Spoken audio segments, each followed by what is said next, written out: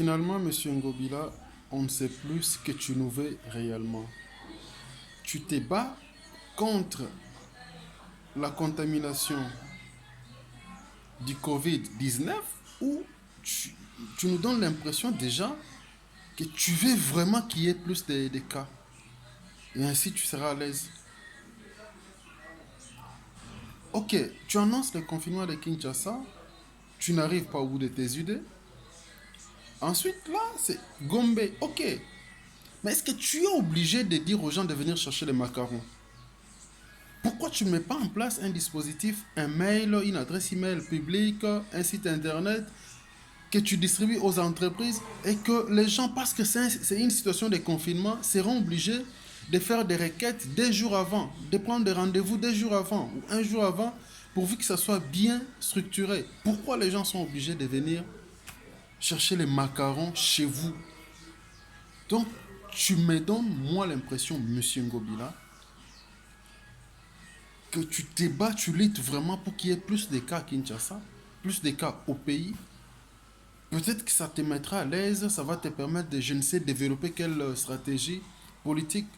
Parce que nous n'en voulons pas. Nous voulons que cette histoire prenne fin.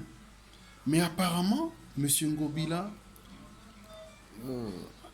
tu nous pousses à réfléchir autrement, à penser que c'est vraiment un gagne-pain pour toi. Tu en as déjà assez, tu as beaucoup d'argent. Qui ne te connaît pas au pays? On t'a chanté. Tu as été gouverneur, tu es politicien, tu es homme d'affaires. Mais qu'est-ce que tu nous veux alors? Nous nous battons tous les jours pour que la contamination prenne fin, s'arrête. Mais apparemment, tout ce que tu mets en place, toutes les stratégies de Ngobila, c'est pour amplifier les cas, la contamination. Nous ne savons plus ce que tu veux, vraiment, Monsieur Ngobila. Tu nous veux quoi réellement? Sincèrement, tu nous veux quoi? Pourquoi tu es obligé, Monsieur Ngobila, pourquoi tu es obligé de nous imposer des macarons? L'électronique, tu n'en sais rien de l'électronique. Il n'y a pas de site internet du gouvernorat. Il n'y a pas de mail. Pourquoi on ne peut pas créer un site exceptionnellement et exclusivement pour le mail de demande d'autorisation? Pourquoi on ne peut pas le créer? Pourquoi les gens sont obligés de venir s'attrouper devant euh, l'hôtel de ville? Pourquoi? En quoi tu sors gagnant, sincèrement? Non, sérieusement, ça commence à énerver. Finalement, tu veux tout alors, tous nous mettre au chômage. Tu veux que rien ne marche.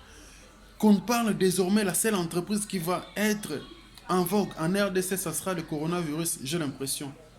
Monsieur Ngobila, arrête avec ça.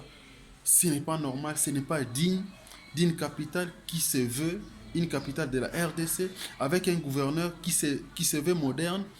Ce genre de choses, c'est vraiment archaïque. On n'a pas besoin de macarons pour entrer à Gombe. Tu mets des instructions, les entreprises sont là, répertoriées, reconnues. Les entreprises, pour toutes ces entreprises, il y a des macarons, des cartes de services et tu vas le vérifier. Tu mets une cellule au niveau de l'hôtel de ville pour vérifier tout ça. Ça doit être numérisé. Ok?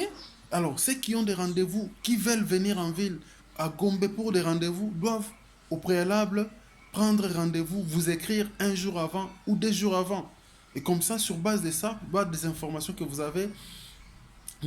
allez essayer de donner l'autorisation ou pas, voir si ces rendez-vous est capital ou pas. S'il n'est pas capital nécessaire, vous refusez l'accès tout simplement. Alors, qu'est-ce que vous voulez avec l'histoire des macarons? Et pourquoi il faut vendre les macarons?